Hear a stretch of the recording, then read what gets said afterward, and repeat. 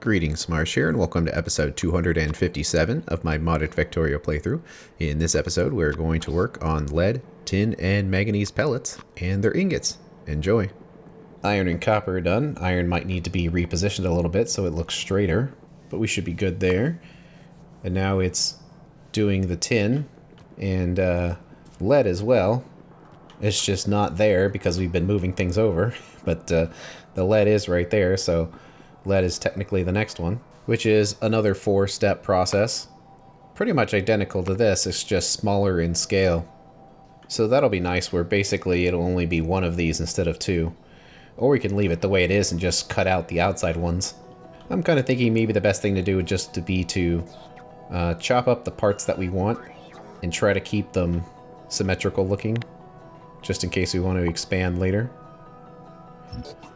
So all of this will be in the way.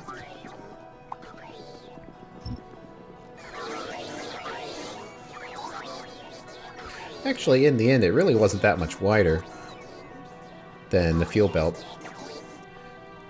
So for now, I guess we'll just copy this part. It's hard to say exactly how much space. I kind of want it to be a consistent amount of space. So because of that, let's make a blueprint, grabbing the entire thing. I'm kind of worried we'd run out of space if we make it bigger than it has to be. So, knowing that, let's just copy this element of it and just position it in a way that it won't max out, because we know that there's not going to be any more advanced processing methods for at least lead and tin. So we'll do this, give it its 2 squares, but it's only 2 belts instead of 4. Which makes it much smaller, so we can get rid of all of the outside stuff. Although, that doesn't quite work because of the way that the inserters insert. So we just want it to be something like this. Looks kind of funny. But it would be something like this, and then copy one of these lines because it's exactly half.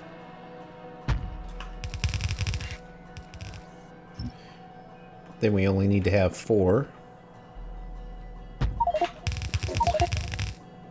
So we could move it down a little bit.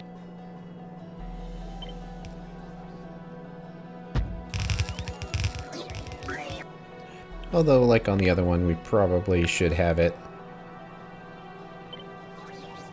lined up with these machines just so it looks square.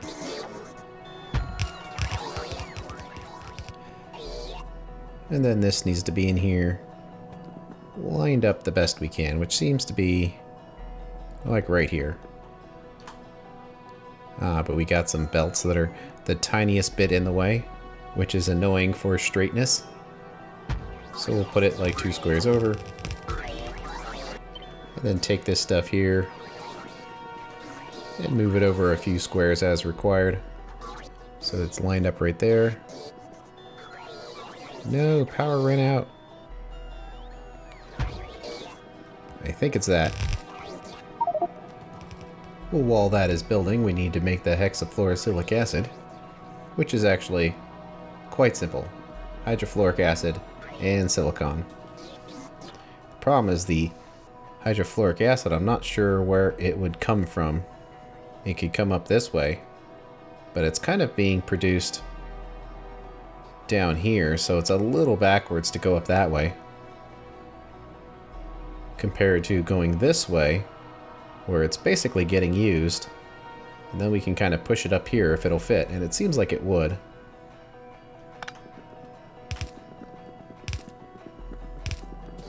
Let's see, it also needs silicon, and I think that this is the only use of the hydrofluoric acid here, seems to be. So instead of sending the hydrofluoric acid up here, we can process the silicon down here, then send that up. Wow. It's gotten quite busy there. Well, the biters are still mad. So let's push some silicon over here. And we only need the one liquefier. So if it needs 18 per second, that'll be 3 inserters on the way in.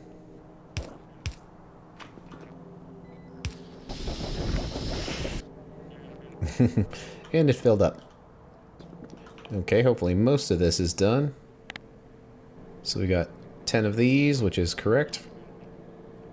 And then we should have about 20 of those, and looks like we're still waiting.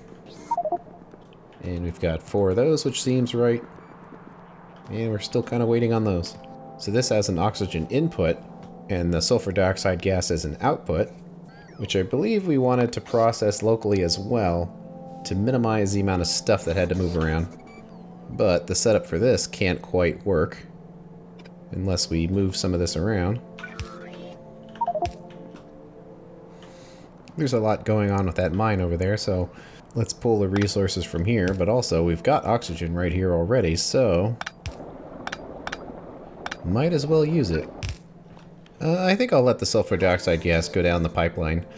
I'm just kind of worried about where to put the excess. So for example, if this creates sulfur dioxide gas, and we turn it into sulfuric acid, where does the acid go? I mean, it could be stored here, but what happens if we don't use copper in a long time? Then it links the production of lead with the production of copper, and that seems unwise. Especially because we're not talking about that much of the gas, 300 and 112. So that's not too bad to just let it go where it needs to go. So we'll send it down here with everything else.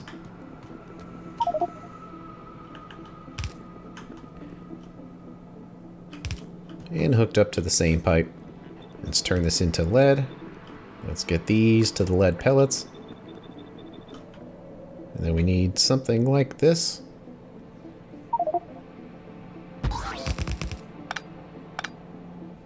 Set all this to lead.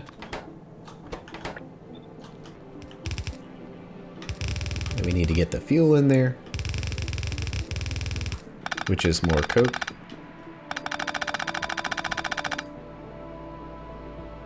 In it goes. And because this mine is here, we are going to have to do a bit of a zigzag.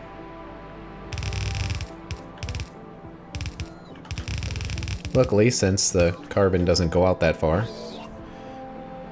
we can kind of use this space up here for this. Hopefully most things are set up. Although that's the input right there. Kind of put that in a weird spot. Because actually, it should be going through here. Bots have taken care of everything. I think we're pretty good. All these pipes are hooked up. Ah yes, this one requires the limestone as well. Is this the other one that needed the limestone? Yes. So, this limestone's going to have to jump around as well because of the position of things. Well, we can kind of hook this up this way then. Then this acid needs to come in.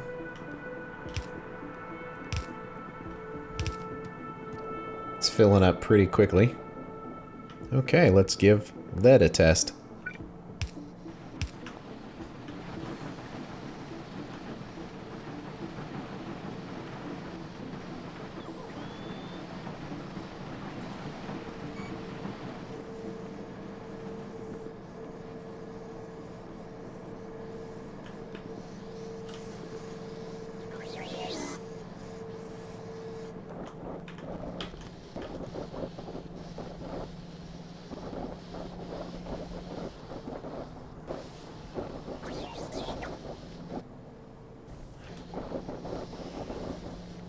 Let's see, seems like this isn't going quite fast enough.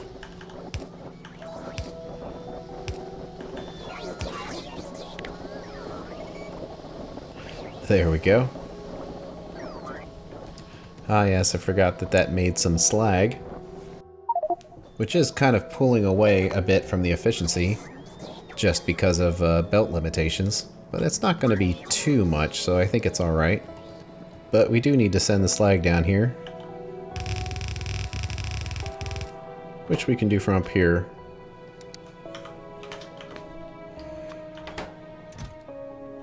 With a slag filter on this.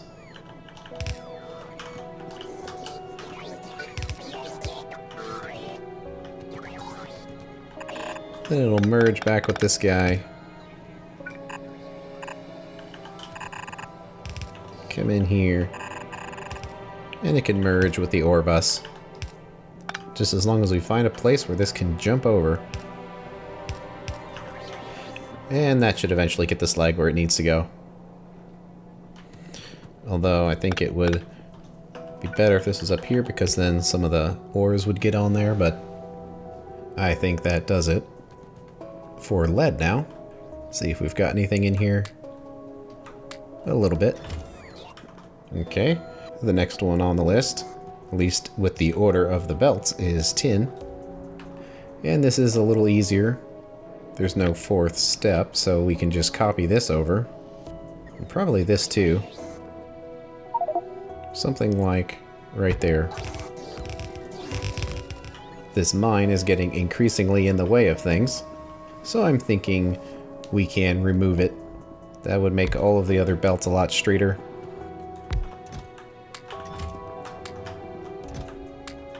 We'll just let the system run until it runs out of stereotype, and then we can figure out where to put a new mine. Because if we got rid of that, that would be a lot of junk in here that we wouldn't need anymore.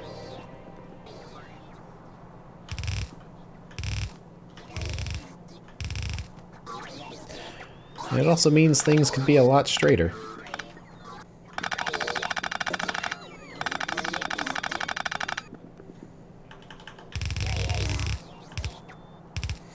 Because it basically has to go right over the mine. Let's unhook that for now. There is the depot here, and I kind of don't feel like moving it. So I'll just put another belt right here to get it filled up. Not entirely sure why tin is being put in here, because it either only goes to tin ingots or processed tin. It really has no need to be in ore form. And lead ore is the same thing. So I'm not sure why these are here. But they don't need to be. And let's do a sorting warehouse for the carbon. And one of them goes out. Set that to tin. But it's a lot easier because there's no pipes. And that should be everything. There's not much that goes into it. Just the 3 stages and some fuel.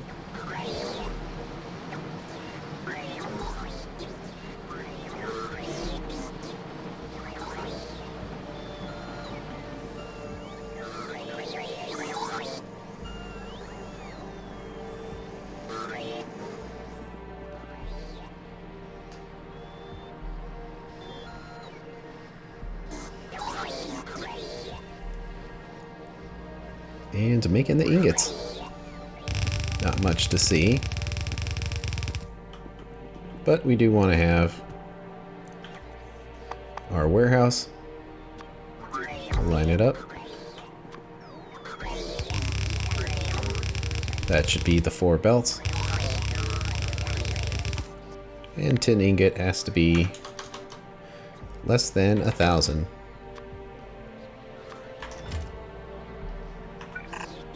And eventually all of those will connect. And we gotta follow the belts. And also connect the belts. That's gotta be connected there. Where the next one is the manganese. So that's what gets processed next. So we can remove all of this. And to do manganese. Well, it doesn't seem to be on the list here. Maybe I just forgot to do it. Or perhaps it's getting used by a different process. Ah, because it's labeled as iron hydroxide recycling. Okay, there's a lot of steps that go into this one. It might be even taller than the rest of them, which would be annoying again, require things to get moved around. But it would be slightly smaller, because of the smaller input, but goes into the ore processor, the pellet press, the chemical furnace. chemical furnace again, and then blast furnace. So it's going to have 5 steps, and technically a 6th step, because it has to recover the iron that went into it. So we'll have to see what we can do about squishing all this in here, because it definitely can't be built to the same size as the rest of this. Well, let's just pick a spot to start building it at, and then we could position it better later. But we'd have 8 of those, and then 16 of those, and then basically 6 of the chemical furnaces. Something like that. The belts would come in, and they would have an output, and funnily enough, we can use the one in the middle for an output, as well as these two, giving us our 3 belts. And then it goes into like 16 more. So if we did these in groups of 5, get its 2 inputs and its 2 outputs. The outputs could be shared, but let's get this side all nice and neat first. Kind of wish the robots would hurry up and get here. Of course, right after I leave, they do get here, because the module needs to be in there to figure out the inserters. It's 1 stack in and 3 stacks out, so we can do that. And then long-handed there to get it in the middle. And then the nearsighted versions. Let's see, the gas would mostly fit in there. So then we'll have our 3 belts of output, and one of these can go into each of these. So stack in, stack out. And the long-handed in, long-handed out. That's for the iron byproducts.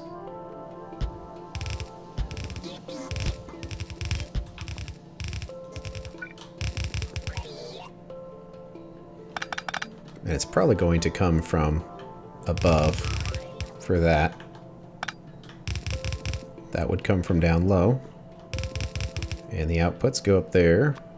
We can make this take slightly less space if we combine the belt in the middle and invert this and invert this. And then we'll have something that can tile over on itself.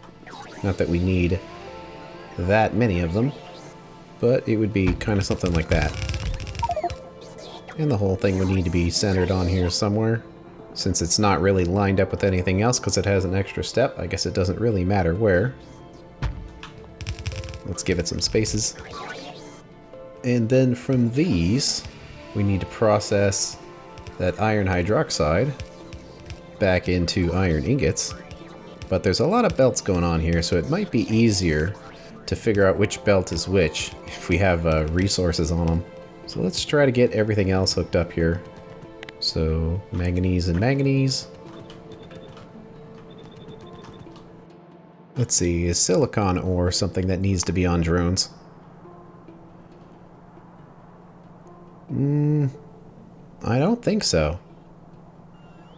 I think all that stuff is on belts.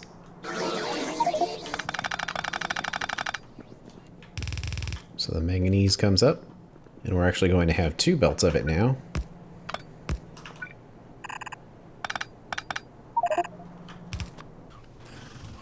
It's getting overloaded again, which is absolutely causing a problem when it smashes onto the belt. It's so much stuff.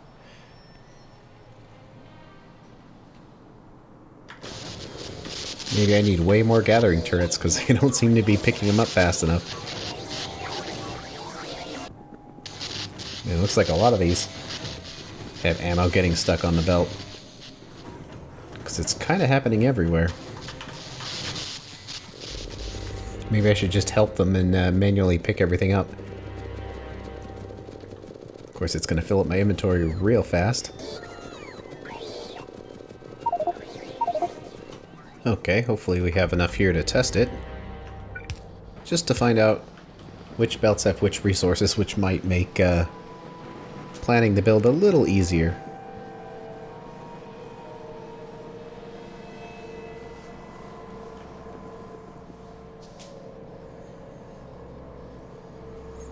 So the pellets go in there, and then we need to get the gas down here, and it's actually not that far away. It's right here. And hopefully a single pump jack would be enough for this so we don't have to move stuff around. Yeah, 10,000. I think that would be fine per second. So let's do some productivities in there. There we go. Quite sufficient.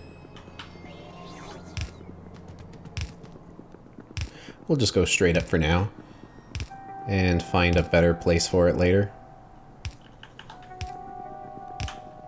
Since all this stuff's probably going to move around anyway, there's kind of no point in picking a permanent spot for it. Okay, hook that in.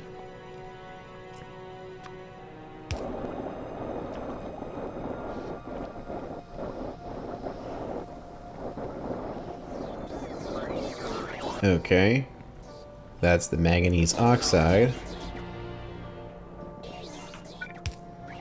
And then they get pumped into each one of these,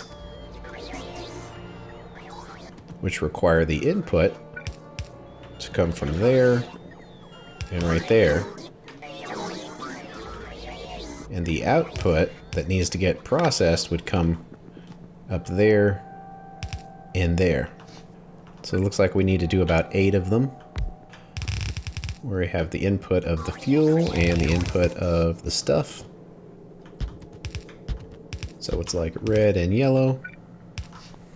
And then the output, which will be clean iron, can come out on this side. They probably need to have a central shared buffer so one of them doesn't get clogged.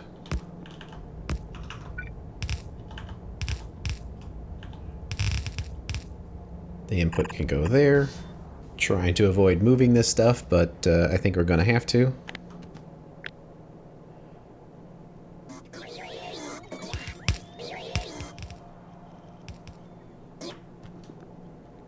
Because we need room for the 3 output belts to go on that side.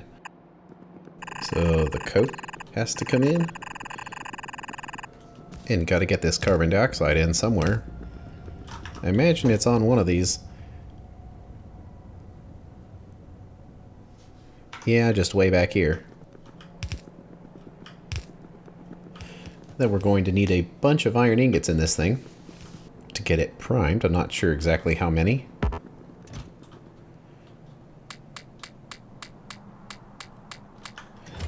Let's grab 2,000. So we put those in there.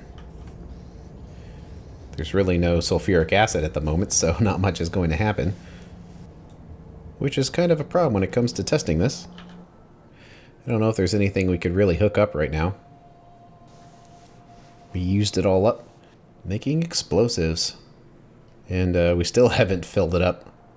Well, some of these things are empty. If we re-hook them up, at least temporarily, we can probably get some production going. Unfortunately, there is a lot tore up right now. So we can just look for anything that's not currently hooked up, figure out which resources those are, and hook them back up, at least temporarily.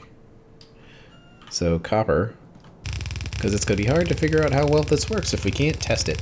And for now, we can disable the explosives production so we can build up our sulfur again. And luckily, making some zinc here will produce some sulfur. Of course, it would help if they were actually plugged in, which they are not. That said, sulfuric acid is empty, so it wouldn't have mattered. But it helps when they're plugged in. But there goes some zinc. And here we're going to need more copper. Already making some tin too, so that's easy enough to pipe in. And it looks like copper has stopped too because of lack of the acids. Oh man.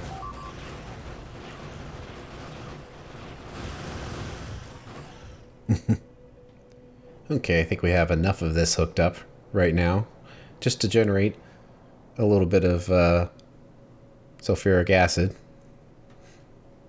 We pretty much used all of it on ammo. So I needed to make some lead for a while and unhook copper, because that does consume some. But this should be enough now, so we can test manganese. Once it's been hooked up, of course.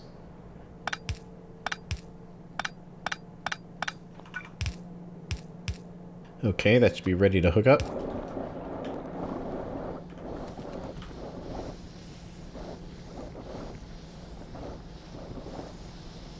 And need filter inserters and all of that.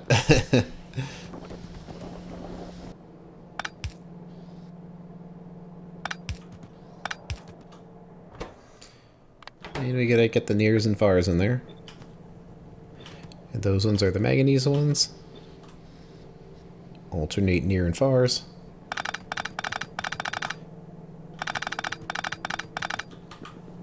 And then we gotta get it in the other side.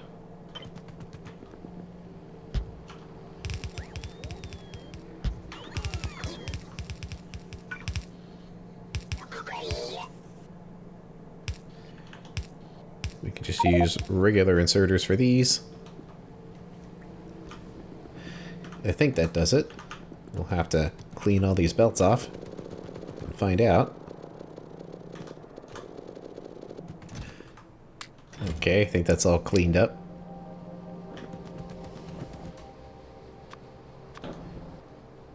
Let's just put some in here so it goes to the right location. Okay, let's see if it can recycle this.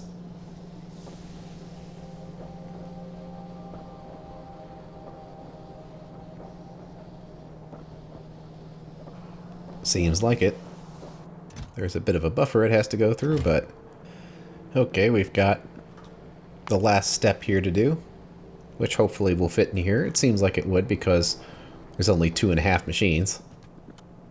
So basically just one machine per belt. And they need to use some fuel, which is already available there. Alright, we'll do our 4 inserters. And if 4 go in on one side, it means 4 need to go out. But we also need room for the fuel. But getting all these belts in here is going to be a little difficult because of space constraints.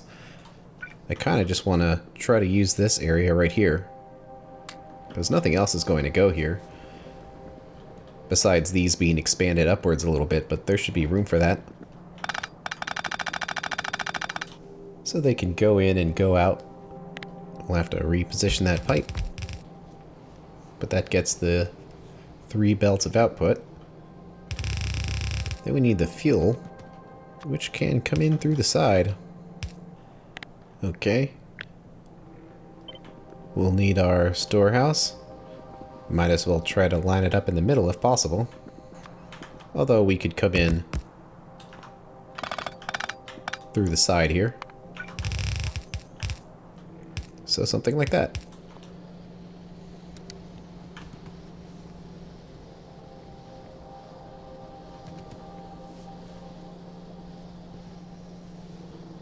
If it was pointed the right direction, though.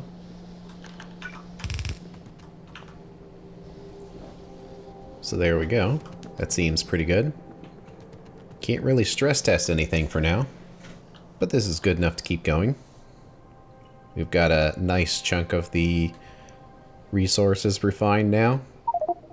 But now we have to work on some of this other stuff. But that's going to have to wait until the next episode. Thanks for watching, and I will see you later.